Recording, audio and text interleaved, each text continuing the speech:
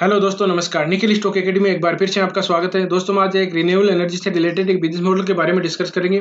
Business model का नाम है केपीआई ग्रीन एनर्जी। उसका बिजनेस मॉडल, फंडामेंटल, क्वार्टर 3 के रिजल्ट और टेक्निकल चार्ट के थ्रू समझने की कोशिश करेंगे कि कहाँ पर बेस्ट बाइंग अपॉर्चुनिटी बन सकती है। मार्केट में इतनी करेक्शन होने के बावजूद इसमें कोई करेक्शन नहीं है। एक कंसोलिडेटेड फेज में लास्ट 6 महीने से कब ब्रेकआउट हो सकता है उसके बारे में डिस्कस करेंगे। और आने वाले समय में 2-3 साल में एक बहुत ही अच्छा बेहतरीन रिटर्न दे सकता है, तो कहाँ पर अपने को एंट्री करनी चाहिए उसके बारे में डिस्कस करेंगे। और ये भी जानने की कोशिश करेंगे कि किस तरह से चार्ट को आप रीड कर सकते हो। सबसे पहले आपको ट्रेंड पहचानना होता है। 3 तरह के ट्रेंड होते हैं, सपोर्ट एंड रेजिस्टेंस 4 तरह के होते हैं। किस तरह से आपका उनको आइडेंटिफाई कर सकते हो। आरएसआई में पॉजिटिव डाइवर्जन और नेगेटिव डाइवर्जन किस तरह से देख सकते हो उसके बारे में डिस्कस करेंगे। FL India, IRCTC, alkyl mines और आरती इंडस्ट्रीज के बारे में डिस्कस किया कि उनमें कहाँ पर बेस्ट बाइंग अपॉर्चुनिटी बन सकती है, किस तरह से आप एंट्री ले सकते हो। अगर पहले से इन्वेस्ट हो, फ्रेश बाइंग करना चाहते हो तो इन वीडियो को देख सकते हो। चैनल पर नए हो तो चैनल को सब्सक्राइब जरूर कीजिए, बेल आइकन के ऑल पर जरूर क्लिक कीजिए, जिससे कि नया वीडियो ने आप आने पर आपके पास नोटिफिकेशन सबसे पहले है। अब चलते हैं बिजनेस मॉडल पर। केपीआई ग्रीन एनर्जी लिमिटेड की स्थापना 2008 में की गई थी। इसका पुराना नाम था केपीआई ग्लोबल इंफ्रास्ट्रक्चर लिमिटेड। इसका 2008 में इन्होंने बिजनेस मॉडल को चेंज किया और सोलर एनर्जी में इन्होंने एंट्री किया। इसके बाद में इसका नाम किया गया केपीआई ग्रीन एनर्जी लिमिटेड। ये सोलर एनर्जी से एनर्जी का प्रोड्यूस करते हैं। जिस तरह से आप सोलर प्लेट से मान लीजिए, दूसरा होता है जो वाइंड, जो पवन ऊर्जा होती है, इनसे एनर्जी का प्रोड्यूस करके फिर साथ में सप्लाई करते हैं। इसकी बात करें तो इनका जो टारगेट है 2025 तक है कि 1000 मेगावाट सोलर एनर्जी प्रोड्यूस करना। और जो इंडिया गवर्नमेंट का 2030 तक 2030 तक इंडिया गवर्नमेंट का टारगेट है 450 गीगावाट का। तो कौन कौन से सेगमेंट से अपनी रेवेन्यू प्राप्त करते हैं उसके बारे में बात करते हैं। 3 सेगमेंट है, independent power produce, captive power produce और इंडस्ट्रियल प्लॉट सेल। तो पहला जो इंडिपेंडेंट पावर प्रोड्यूस है, वहां से रेवेन्यू आता है 13% का। कैप्टिव पावर प्रोड्यूस है, वहां से आता है 87 का। और दूसरा इंडस्ट्रियल प्लॉट सेल्स है, इसका पहले रेवेन्यू आता था, अभी इनको इसका यहाँ से कोई रेवेन्यू नहीं आता है। पहला बात करते हैं independent power produce. Independent power produce को आप इस तरह से समझ सकते हो कि ये थर्ड पार्टी एक बिजनेस मॉडल है। जिस तरह की एनर्जी प्रोड्यूस करते हैं, ये फिर बाद में थर्ड पार्टी को सेल कर देते हैं। वहां से दूसरी कंपनियां यहाँ से उसको बाय कर लेती है। इसके बारे में देखें तो we are leader in solar energy under the third party sale business Gujarat based business model है, जहाँ की इसके भरूच के पास में इसका प्लांट लगा हुआ है। We develop the maintain grid connected IPP ये independent power produce solar power project under the Solarium brand इनका एक ब्रांड का नाम है। सोलरिम जो भरूच के पास में 15 लोकेशन में इनके प्लांट लगे हुए हैं। We generate revenue for supply power generate और solar power plant to reputed business house through the power purchase agreement. मतलब कि ये पावर परचेज एग्रीमेंट होता है गवर्नमेंट, गुजरात गवर्नमेंट का, उसके थ्रू ये दूसरी जो थर्ड पार्टी होती है उनको ये सप्लाई करते हैं। डायरेक्ट ही सेलिंग नहीं करते। जिस तरह से कोई थर्ड पार्टी होती है उसके थ्रू ये, जिस तरह से किसी को पावर लेनी होती है, जैसे कंपनियां हुई, दूसरी कंपनियां हुई, तो वो बाद में वहां से एक सिस्टम, जिस तरह से आईएक्स होता है, इंडियन एनर्जी एक्सचेंज होता है, वहां से आप कोई पावर को बेच भी सकता है और वहां से सप्लाई भी बाय भी कर सकता है। तो उस तरह से थर्ड पार्टी के थ्रू इंडिपेंडेंट पावर प्रोड्यूस के थ्रू ये काम करते हैं। इसकी बात करें तो 120 मेगावाट का इनके पास में कैप्टिव जनरेट कर रही है। 805 प्लस मेगावाट का इनके पास में गवर्नमेंट की तरफ से अप्रूवल मिला रहा है। और बाद में 16 मेगावाट का इनको हाइब्रिड हैंड 16 मतलब हाइब्रिड का मतलब होता है सोलर से और वाइंड जो पवन ऊर्जा होती है उनसे दोनों से एनर्जी प्राप्त करते हैं। और सोलरिंग प्रोजेक्ट है, जो सोलरी प्लांट है, लोकेशन 15 लोकेशन गुजरात भरूच में है। We have also stabilise 66 KV और 11 KV transmission line for the execution power generate. मतलब कि इन्होंने अभी स्टार्ट 2 लाइनें मतलब जनरेट स्टेब्लिश की है, 66 केवी और 11 केवी, जो गुजरात गवर्नमेंट के थ्रू वहां से बाद में उसको जनरेट पावर को सप्लाई करेंगे। अब दूसरा सेगमेंट की बात करें तो कैप्टिव पावर प्रोड्यूस है। कैप्टिव पावर प्रोड्यूस ये डायरेक्ट ही कस्टमर से कांटेक्ट करते हैं। जिस तरह से आप देख सकते हो कि किसी को अगर सोलर प्रोजेक्ट लगाना है तो इस कंपनी से आप डायरेक्ट कांटेक्ट कर सकते हो और फिर बाद में इनको वो अपनी सर्विस देते हैं। इसकी बात करते हैं develop transmission maintenance grid connected solar project to the और CPP customer. We generate revenue from the CP model selling solar project to customer to meet this requirement. जिस हिसाब से जिनको रिक्वायरमेंट होती है, जैसे आपको किसी को एग्रीकल्चर में बड़े प्लांट लगाने हैं, सोलर प्रोजेक्ट लगाना है, तो वहां से आप कांटेक्ट कर सकते हो। ये कंपनी आपको सर्विस प्रोवाइड करती है। और जो इनकी कॉस्ट होती है, जो कॉस्ट देखते हैं तो आपको जो इलेक्ट्रिसिटी बिल आता है उससे इसकी कॉस्ट कम होगी। इसकी अगर सीपीपी मॉडल की बात करें तो इसका रेवेन्यू सबसे ज़्यादा यहीं आता है, 87% के लगभग रेवेन्यू आता है। 130 मेगावाट का कंसोलिडेटेड कैपेसिटी जनरेट कर रही है। 91 इसके पास में 91 मेगावाट का इसके पास में ऑर्डर है अभी, और 9+ मेगावाट के कंसोलिडेटेड हाइब्रिड, मतलब दोनों जो वाइंड और सोलर से जनरेट करते हैं उसमें से दोनों का इसका पास में ऑर्डर है।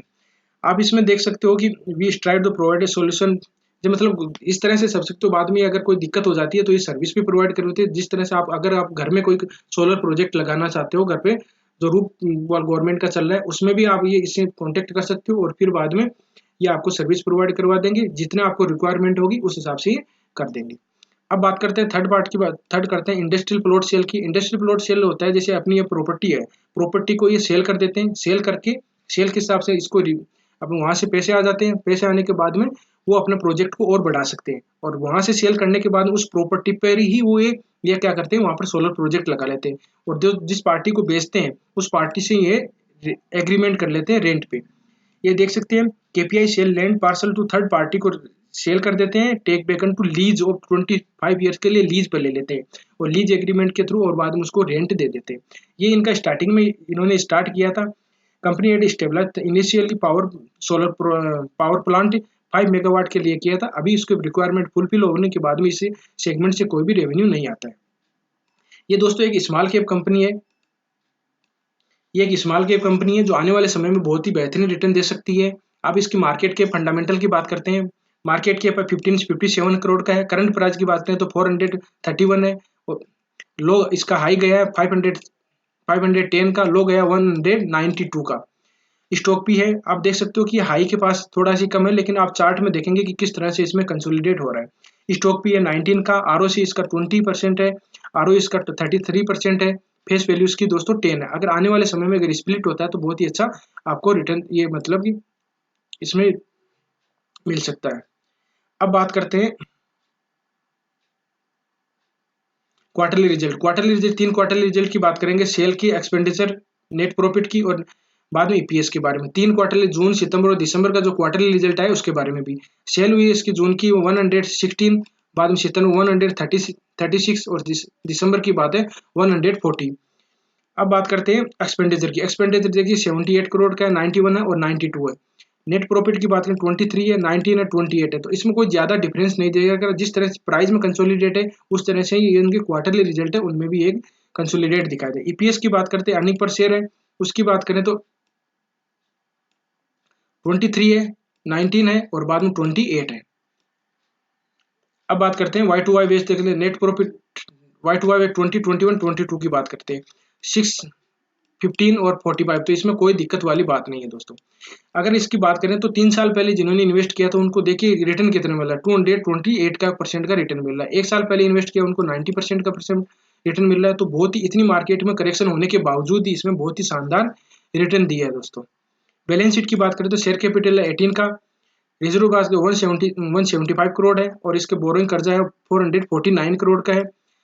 अब इसकी होल्डिंग बात करते हैं। शेयर होल्डिंग पैटर्न की बात करें तो प्रमोटर के पास में 55% है, एफआईज के पास में 2% है, और पब्लिक के पास में 42 है। तो इसमें एक दिक्कत ये है कि आप एफआईज में 2% ही होल्डिंग है, पब्लिक और आपके प्रमोटर के पास में ही होल्डिंग है। तो ये आप इस तरह से डीआईज के पास में कोई होल्डिंग नहीं है।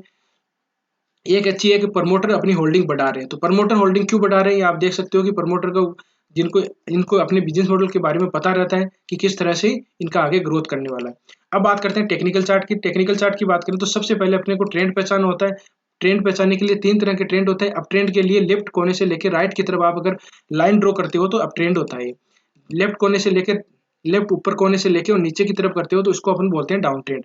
अगर लेफ्ट से लेके यहाँ साइडवे चलता है तो उसको बोलते हैं साइडवे। तो 3 तरह के ट्रेंड होते हैं। 3 तरह के ट्रेंड में आपको अप ट्रेंड, डाउन ट्रेंड और साइडवेज तीनों पहचानने पता होना चाहिए। अब बात करते हैं कि अप ट्रेंड को और किस तरह से पहचाना जाता है। अप ट्रेंड के लिए दोस्तों देखिए ये डेली टाइम फ्रेम का ही चार्ट है। डेली टाइम फ्रेम का चार्ट है। तो आपने ये देख मार्केट में देखो अगस्त 21 में इस मार्केट में लिस्टेड हुआ था, जुलाई में हुआ था। जुलाई के बाद में ये कंसोलिडेट पेज हुआ, ब्रेकआउट हुआ। तो इसको मान लेता हूँ मैं टॉप मान लेता हूँ, और नीचे वाले को बॉटम मान लेता हूँ। ये देखिए मैं चार्ट आपको बता दूं, ये टॉप मान लिया, ये बॉटम मान लिया। इसके बाद में ऊपर वाला इसको हाई टॉप मानेंगे, और इसको बाद में नीचे आया इसको अपन मानेंगे लोअर टॉप।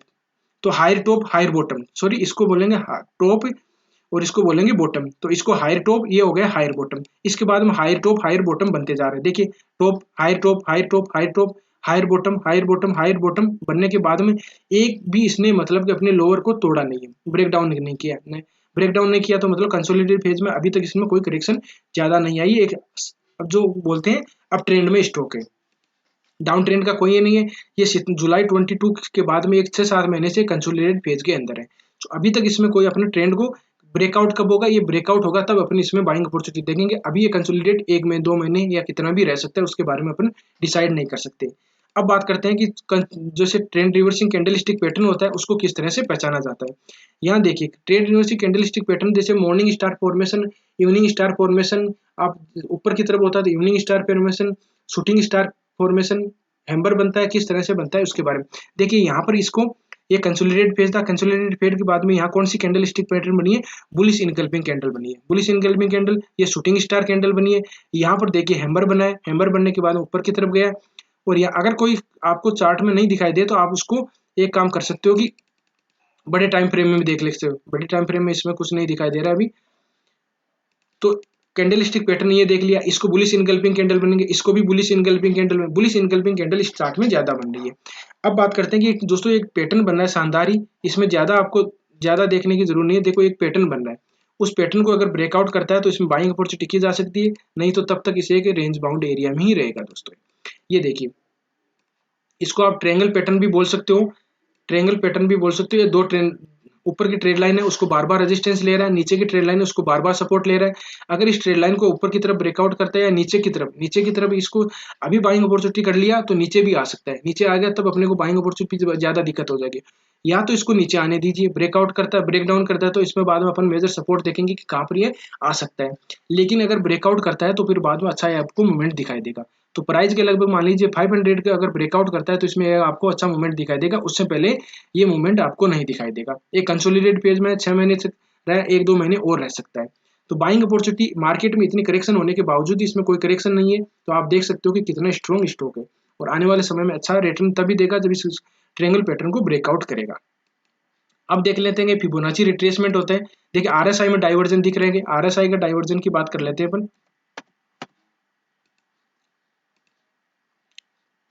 ये देखिए दोस्तों प्राइस ये कंसोलिडेट फेज है लेकिन आरएसआई में आपको डाइवर्जन दिख रहे हैं, तो इसको बोलते हैं, आप देख सकते हो कि नेगेटिव डाइवर्जन बोल रहे हैं।